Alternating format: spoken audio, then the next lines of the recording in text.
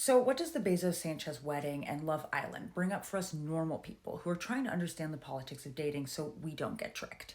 Both stories within this real life situation and this social narrative that is being created day by day on Love Island bring up this fear that a male partner will use you as a builder and then leave you for his dream girl. That some of us will be used to build towards the dream until they have better options, and that maybe what they're doing is not because they're loyal or committed, but because they don't have any other choice. Both of these cultural moments, the virality of the bacchanal of Love Island and then the global distaste that's meeting this 50 something million dollar wedding from two people who are helping burn down the world faster, it reveals a socialization that happens to women who then think that they are being picked for the right reasons when it couldn't be further from the truth. I'm making a generalization here, but if you're part of my mostly female audience, there's a good chance you've been socialized to be loyal, to be collaborative, and to be a giver. It's part of how you see yourself in relationship with other people. Women in this society are prized for being social connectors, nurturers, kin keepers, that sort of thing. And guess what? Other people in society know this. Teachers know this, doctors know this, men know this. And some men have been raised to treasure and protect this, while others have been raised to take advantage of it. And in a nightmarish way, they'll take advantage of it until something better comes along, but we address that. In the villa, we watch Taylor take 20-something days to warm up to the woman that Alandria is, and then in 3 days with Clark during Casa Amor, drops her. Taylor then goes on to say, he just doesn't want to be put in position again where two girls like him.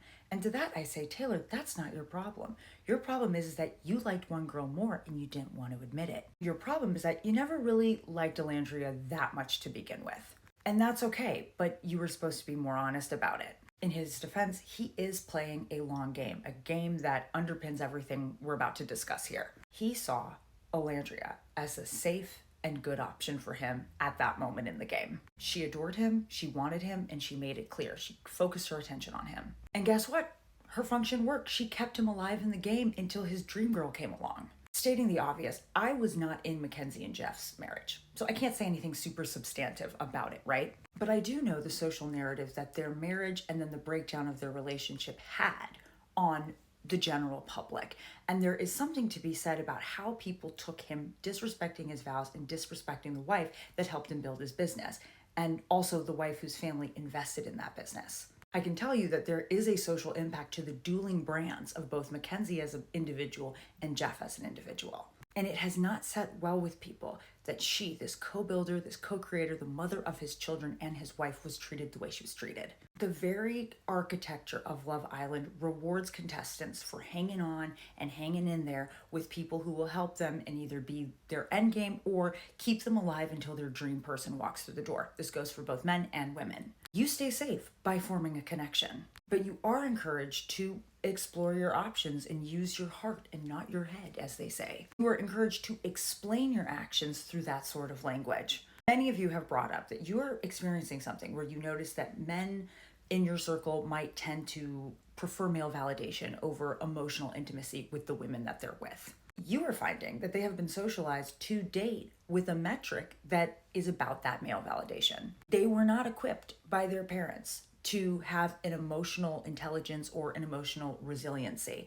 And in fact, they probably were neglected by their parents who said that raising boys was easy. So lots of men will couple up with just about anyone, both on the island and out here in the real world. And they have this huge pool of women who have been socialized to value being chosen and being picked. Women who may not realize you're a social placeholder. You are providing physical, social, and sometimes even financial value that these men are not equipped to fully appreciate. That might far exceed what men raised in this neglected state can even offer you. And there was a time socially when this was something that would mainly happen financially with upper class men who had access to even higher upper class women who were connected to fortunes. You could marry her and take advantage of her fortune. But thanks to advances in feminism, we have more women who have access to capital and jobs. And guess what? Now middle class and lower class men can also take advantage of that. They can attach themselves to women who are working hard for more capital and for a safe place to live. Some men will then say, oh, you want to be chosen so badly? You want to be picked? Great. You provide for me, and I will give you the opportunity to say you were chosen. Now, let me be clear. This is not about how men are trash or men are naturally like this and we should all just give up on men. This is about how men are socialized. A sector of men are socialized because there are parents who are doing the work to make sure that their sons are not emotionally neglected. They're doing the work to make sure their sons can have the enjoyment of a mutually fulfilling relationship. And we thank God for those people. This is about a sector of men who don't really have great emotional intimacy or support to give. This is about a subset of men who are still valuing and have not looked at the ways they value the bro culture or the way that the patriarchy can reward them for doing a little bit of work, like just landing a hot woman. We don't know the ins and outs of Taylor's decision to choose Clark over Alandria, but it does make us question, is there something about Clark that makes him look good in front of people that he, for whatever socially constructed reason, did not think Alandria could give him? That's something worth looking into, especially since TV and this prize making of certain women are more of a prize than other women, and people being picked and people not being picked is like a source of shame. In a show like this where mass media sends those kind of message, it's nice to pause and think, I wonder what's going on there. Because maybe those things, if she looked a certain way, if she made the boys think about him in a certain way, mattered more than this emotional connection that he had built over 21 days with Alandria. And to be fair to the men on Love Island, there is a chance that there's just somebody who they click with better or they just like more. That's fine. Just matters that people are honest. And in real life, it also has us thinking that maybe we shouldn't be so quick to say that some men are just committed and loyal when really they're people who don't have the option to do anything else. Love Island is an artificially created environment that incentivizes behavior around capital. I should also add social status, right? Because there's a lot of social status one can have within the villa, and then what one builds up through the show, you can use and bank on later. Is it a one-to-one of our particular society? No. But what is the society made up of? Oh, again, traditions, strictures, rules, customs that center around people making decisions around